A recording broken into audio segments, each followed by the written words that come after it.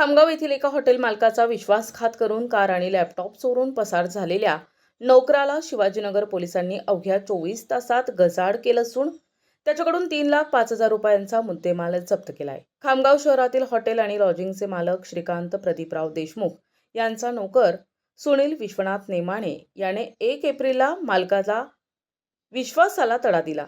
मालक घरी आंघोळीसाठी गेले असता संधी साधून नोकराने हॉटेलमधील मोटोरोला कंपनीचा टॅब, एचपीचा लॅपटॉप आणि मालकाची रेनॉल्ड क्विड कार चोरून पोबारा केला होता. या प्रकरणी शिवाजीनगर पोलीस स्टेशनमध्ये गुन्हा दाखल करण्यात आला. तपासादरम्यान पोलीस पथकाने तांत्रिक बाबी आणि गुप्त बातमीदारांकडून मिळालेल्या माहितीच्या आधारे जुना टोलनाका परिसरात सापळा रचला. तिथे संशयास्पदरित्या उभी असलेली मोरपंखी रंगाची कार पाहून पोलिसांनी आरोपीला ताब्यात घेतले. सुरुवातीला उडवाउडवीची उत्तरे देणाऱ्या आरोपीने पोलिसी खाक्या दाखवताच गुन्हा कबूल केला.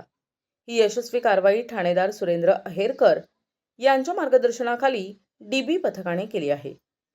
1/4/26 रोजी पोलीस शिवाजीनगर येथे तक्रारदार श्रीकांत देशमुख राणा दाळफैल यांनी तक्रार दिली का त्यांच्या हॉटेलमध्ये काम करणारा इसम सुनील विश्वनाथ नेमाने हा त्यांची कार, लॅपटॉप, टॅब इतर काही साहित्य चोरून घेऊन पळून गेलेला आहे.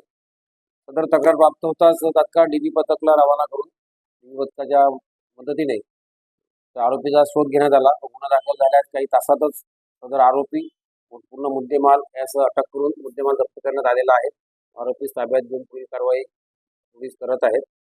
या चोरीचा माल हा पोलिसांनी काही तासातच अटक करून आरोपीला. प्रतिनिधी NTV न्यूज मराठी, बुलढाणा.